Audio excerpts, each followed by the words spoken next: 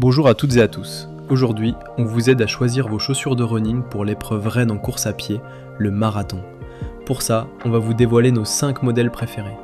Mais avant de parler du classement, on a quelques conseils pour vous aider à faire le bon choix. 1.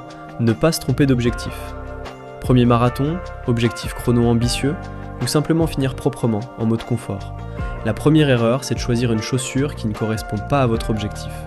Si c'est votre premier marathon, inutile de partir sur une fusée carbone ultra exigeante.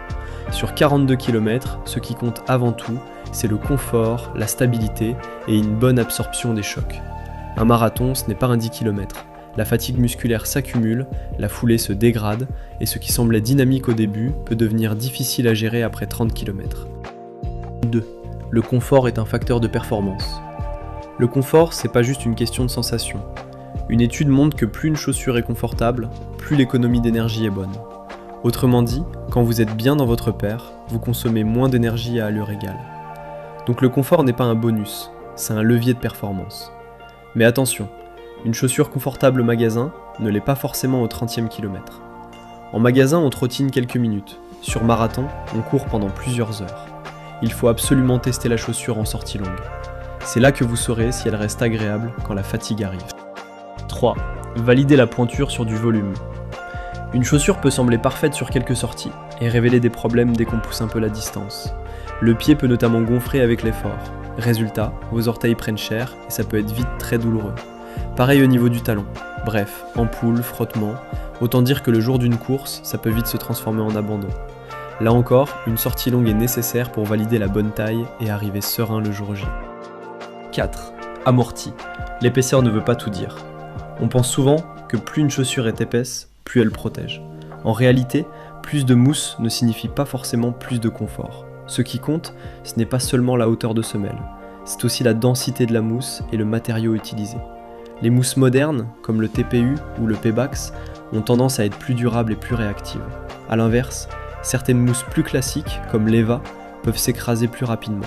De la même manière, certaines semelles très épaisses ont un ressenti sous le pied ferme et se prêtent moins bien au marathon que d'autres modèles plus bas mais avec une sensation plus douce. Si vous pesez plus de 80 kg, un modèle bien amorti peut être intéressant, surtout pour la durabilité. Mais encore une fois, il faut regarder la qualité de la mousse, pas seulement l'épaisseur. 5. Carbone ou pas carbone ? Les plaques carbone ont profondément changé la conception des chaussures de running. C'est la technologie majeure qui a prouvé, étude à l'appui, qu'elle pouvait améliorer le retour d'énergie. En clair, les chaussures à plaques carbone permettent de courir plus efficacement. Pour le même effort, vous allez plus vite. Mais elles sont aussi plus rigides, moins tolérantes car plus instables. Si vous êtes débutant, mieux vaut choisir une chaussure stable et confortable. Cela ne vous empêche pas de tester sur des séances spécifiques, mais il est préférable de ne pas prendre de risques pour un premier marathon.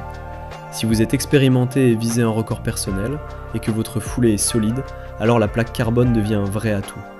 Encore une fois, tout dépend de votre objectif. Nous allons maintenant vous présenter nos 5 modèles favoris pour le marathon, avec différentes configurations pour que chaque personne y trouve son compte.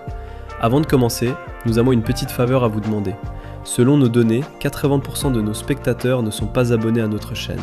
S'il vous plaît, abonnez-vous et aimez cette vidéo pour nous soutenir. Tous nos contenus sont gratuits et nous achetons les chaussures pour la grande majorité de nos tests. Plus nous avons d'abonnés et plus nous pouvons vous proposer de nouvelles vidéos.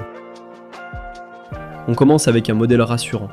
La Mizuno Wave Rider 29, c'est la chaussure qu'on peut recommander les yeux fermés à beaucoup de coureurs, notamment si vous débutez. Elle n'est pas spectaculaire, ce n'est pas la plus légère ou la plus explosive, mais elle fait tout correctement. Avec 261 grammes en taille 42, elle reste relativement légère pour un modèle classique pensé pour l'entraînement. À 38,5 mm sous le talon, l'amorti est confortable et absorbe bien les impacts. Les transitions sont fluides et stables.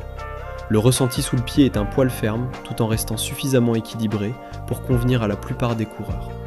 Le drop de 10 mm est également accessible. Ce que l'on aime avec cette chaussure, c'est sa polyvalence. Elle fonctionne à l'entraînement, elle fonctionne sur sortie longue, et elle peut parfaitement accompagner un marathon. Ce n'est pas une botte secrète pour battre un record, mais c'est un outil fiable pour aller au bout dans de bonnes conditions. Si vous préparez votre premier marathon, ou si vous privilégiez le confort et la stabilité, c'est un choix extrêmement cohérent. À l'heure où nous enregistrons cette vidéo, la Mizuno Wave Rider 29 est en promotion à 135 €, soit une très bonne affaire si on prend en compte la bonne solidité de ce modèle. En 4, on a l'ASICS Gel Nimbus 28, l'option ultra confortable avec amorti maximal. La Nimbus, c'est la chaussure premium confort par excellence. À 200 €, on est clairement sur du haut de gamme pour un modèle pour l'entraînement. Mais ce prix s'explique par le niveau de finition et le confort du chausson. Avec 43,5 mm sous le talon et 35,5 mm à l'avant-pied, on est sur un stack très généreux. L'absorption des chocs est massive, surtout sur les longues distances. Elle pèse 266 grammes en taille 42, ce qui reste raisonnable au vu de la quantité de mousse embarquée. La mousse FF Blast Plus apporte une sensation bien équilibrée, plutôt orientée vers le moelleux sans être molle. À l'arrière, la technologie Pure Gel améliore encore la douceur à l'impact, notamment pour les talonneurs. Le drop de 8 mm est classique et accessible. Ce qu'on aime avec la Nimbus, c'est la sensation de protection constante. Les kilomètres défilent confortablement, elle pardonne beaucoup. On a donc un modèle d'entraînement avec une conception classique, similaire à la Mizuno Wave Rider 29, mais avec encore plus d'amorti. Là aussi, on est sur une option accessible à beaucoup de coureurs, notamment les débutants et les coureurs plus lourds. C'est l'option que nous vous recommandons pour un marathon en mode confort, avec un amorti protecteur et un maintien du pied impeccable. En 3, on change complètement de registre, ou presque. L'ASICS Mega Blast, c'est en quelque sorte une Nimbus, sous stéroïdes. On retrouve un stack massif, 45 mm sous le talon, 37 mm à l'avant-pied, donc encore plus d'amorti que la Nimbus. Sur le papier, on pourrait s'attendre à quelque chose de très doux, très orienté confort.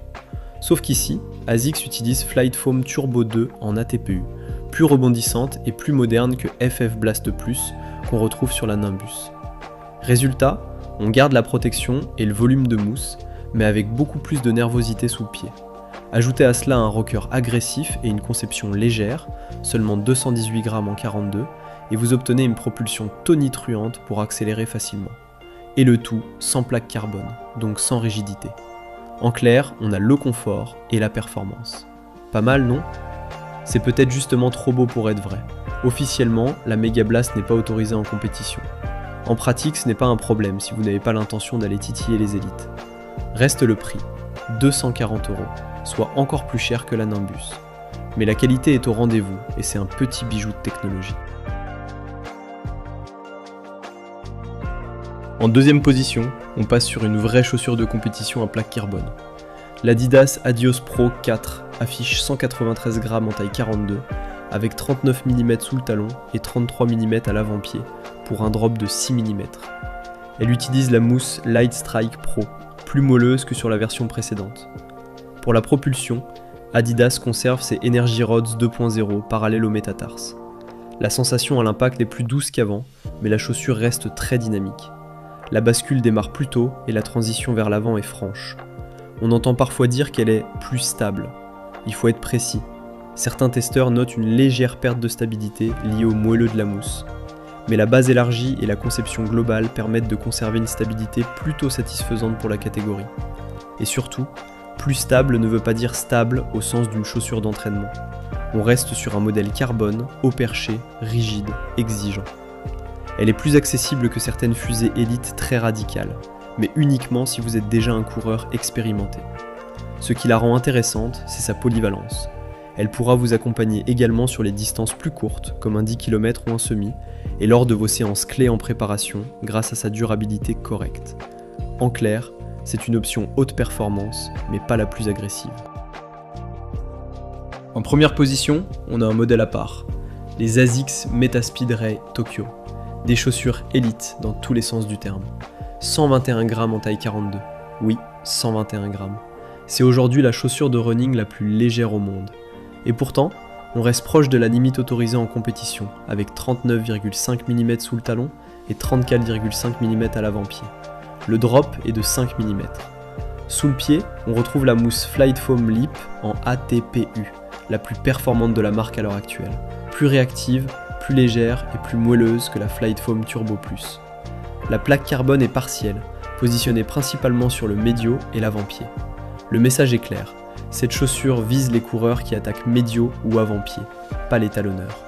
La sensation est très dynamique, avec une propulsion marquée. Malgré son poids minimal, l'absorption des chocs reste très bonne et permet d'aller jusqu'au marathon. Mais il faut être honnête, c'est une chaussure exigeante. L'absence de plaque à l'arrière et le moelleux de la mousse peuvent entraîner une certaine instabilité selon la foulée. Elle ne conviendra pas à tout le monde. Ce n'est pas une chaussure pour découvrir le carbone, c'est un bolide de course, et il faut savoir le dompter. Si vous êtes un coureur rapide et que vous cherchez le top du top pour battre votre record au marathon, les Metaspeed Ray Tokyo peuvent changer la donne. Au final, il n'y a pas une meilleure chaussure marathon, il y a la meilleure chaussure pour votre objectif. Si vous préparez votre premier marathon, ou si votre priorité est d'arriver au bout dans de bonnes conditions, la Wave Rider 29 ou la Nimbus 28 sont des options très cohérentes, stables, protectrices, rassurantes. Si vous voulez un modèle moderne, très amorti mais plus dynamique, sans plaque carbone, la Mega Blast est probablement l'une des propositions les plus intéressantes du moment.